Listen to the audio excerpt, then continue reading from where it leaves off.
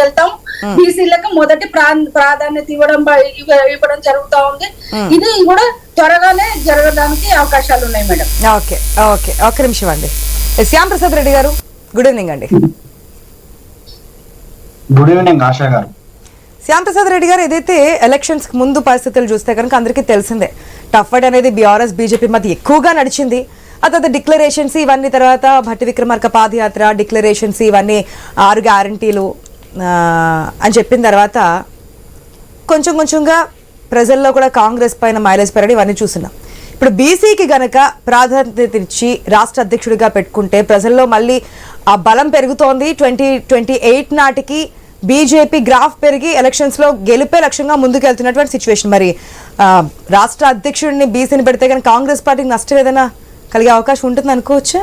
ఇప్పటికే మీ పార్టీ మీద వస్తున్నాయి కదా విమర్శలు.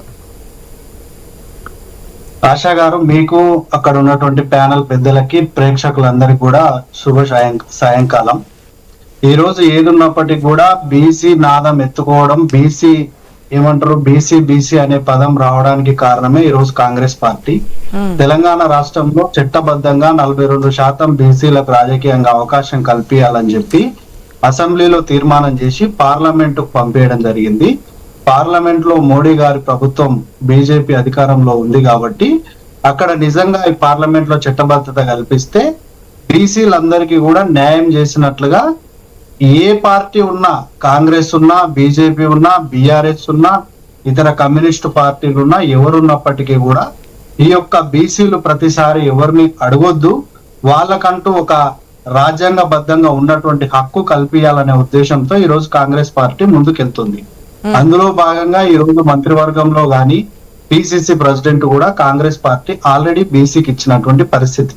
ఈ రోజు బీజేపీ పార్టీ వాళ్ళు నిజంగా కూడా బీసీల పైన ప్రేమ ఉంటే ఏదైతే మనం పార్లమెంటు అసెంబ్లీ తీర్మానం చేసి పార్లమెంటు పంపించినామో ఇప్పుడు జరగబోయేటటువంటి జరిగేటటువంటి పార్లమెంటు సమావేశాల్లో ఆ యొక్క బిల్లుకు చట్టబద్ధత కల్పిస్తే నిజంగా బీజేపీ పార్టీ వారికి ఇక్కడ ఉన్నటువంటి తెలంగాణలో కాకుండా యావత్ దేశంలో ఉన్నటువంటి బీజేపీ బీసీల పైన గౌరవం ఉన్నట్టుగా ప్రజలందరూ కూడా భావించేటటువంటి పరిస్థితి రాబోయే రోజుల్లో స్థానిక సంస్థ ఎలక్షన్లు టైంలో కొన్ని వెర్షన్స్ చూసాం కదా, మీకు తెలిసిందే. ఏదైతే బీసీని సీఎం చెయ్యాలి అని నినాదం రావడం, మళ్ళీ ఎందుకంటే జాతీయ పార్టీలు కదా, ప్రాంతీయ పార్టీ అయితే ఇక్కడ డెసిషన్స్ ఉంటాయి, కానీ జాతీయ పార్టీ కాబట్టి అగ్రనాయకులు ఏం చెప్తారో దాన్ని బట్టి మీ రెండు పార్టీలు కూడా, అటు ఇక్కడ అధికార పార్టీ కావచ్చు, కేంద్రంలో ఉన్న అధికార పార్టీ కావచ్చు, బీజేపీ కాంగ్రెస్ వెర్షన్ ఎట్లున్నప్పటికీ కూడా జాతీయ పార్టీ అనేది కొన్ని సిద్ధాంతాల ప్రకారం అధిష్టానము, కొన్ని కేంద్రాలు, నిర్ణయాలు ఉంటాయి. ఏదో కుటుంబ పార్టీలాగా, ఈ ప్రాంతీయ పార్టీలాగా తండ్రి సీఎం, తండ్రి తర్వాత కొడుకు సీఎం, లేదంటే బిడ్డ సీఎం అని కొట్లాడుకునేటటువంటి పరిస్థితి జాతీయ పార్టీలో ఉండదు. ఎందుకులేండి, వారసత్వ రాజకీయాల గురించి కాంగ్రెస్ పార్టీలో లేరంటారా? ఒకే కుటుంబానికి సంబంధించి ఇద్దరు. అదే చెప్తున్నామండి, దేశంలో ప్రజాస్వామ్యము, ఎన్నికల ప్రక్రియ స్టార్ట్ చేసిందే కాంగ్రెస్ పార్టీ.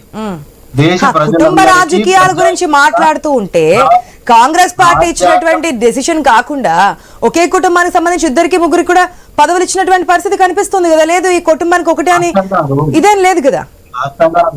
రాజకీయంలో ఉన్నప్పుడు కొన్ని పరిస్థితులు ఉంటాయి, కొన్ని ప్రత్యేకమైనటువంటి పరిస్థితులు ఉంటాయి. లోకల్ రాజకీయ లోకల్ ఉన్నటువంటి స్థానిక పరిస్థితులు ఉంటాయి. ఇట్లా అనేక రకాలు ఉంటాయి.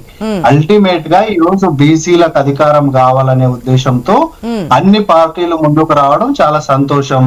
తెలంగాణ రాష్ట్రంలో ఆల్రెడీ కాంగ్రెస్ పార్టీ ఏదైతే కులగణన చేపట్టి ప్రతి ఒక్క కులం వారి లెక్క కూడా తీసి ఈ రోజు కులాల వారిగా పార్లమెంట్ లో లేట్ అయినప్పటికీ కూడా, వాళ్ళు బిల్లు ఆమోదించడానికి టైం పట్టినప్పటికీ కూడా మేము రాజకీయంగా వాళ్ళకి రేపు స్థానిక సంస్థల్లో 42% reservation ఇవ్వబోతున్నాం.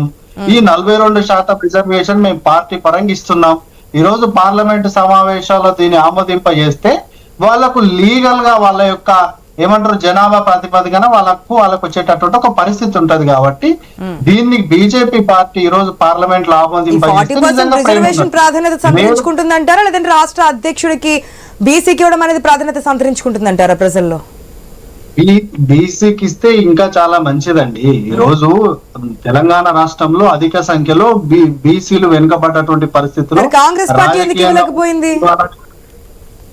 Congress party already PCC president బీసీఏ ఉన్నారు, ఆశా గారు ఆ. బీసీఏ ఉన్నారు. బీసీలందరికీ ప్రతి సంవత్సరం సీఎం ఏదో ముఖ్యమంత్రి పదవి ఎందుకు ఇవ్వలేకపోయారు అంటున్నాం.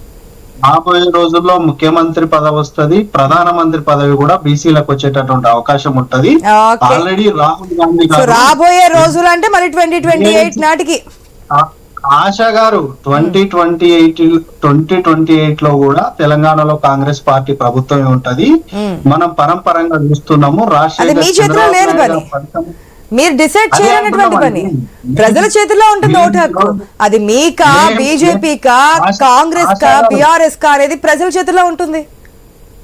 అదే ఆశా గారు, ఈ రోజు కాంగ్రెస్ పార్టీ బీసీల వైపు ఉంది. బీసీలు ఒకరే కాదు, ఎస్సీ ఎస్టీ మైనారిటీ బీసీ అన్ని వర్గాలకు న్యాయం చేసేటటువంటి పార్టీ కాంగ్రెస్ పార్టీ. ఈ రోజు కాంగ్రెస్ పార్టీ వైపు ప్రజలు ఉన్నారు, కాంగ్రెస్ పార్టీ వెంట వస్తున్నారు. ఈ రోజు కాంగ్రెస్ పార్టీ వెంట అంతా బీసీలు ర్యాలీ అయ్యేటట్టు పరిస్థితి ఉంది.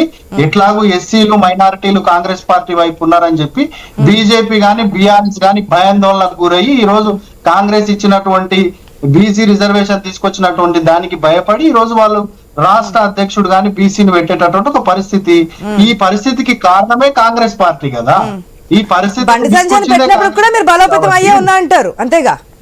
100%. ఇంకొక విషయం కూడా, ఇప్పుడు బీజేపీ పార్టీ బండి సంజయ్ గారు ఉన్నప్పుడు అవునన్నా కాదన్నా కూడా ప్రత్యామ్నాయం పార్టీగా బీజేపీ పార్టీ గ్రౌండ్ లెవెల్ నుంచి వచ్చినటువంటి పరిస్థితి.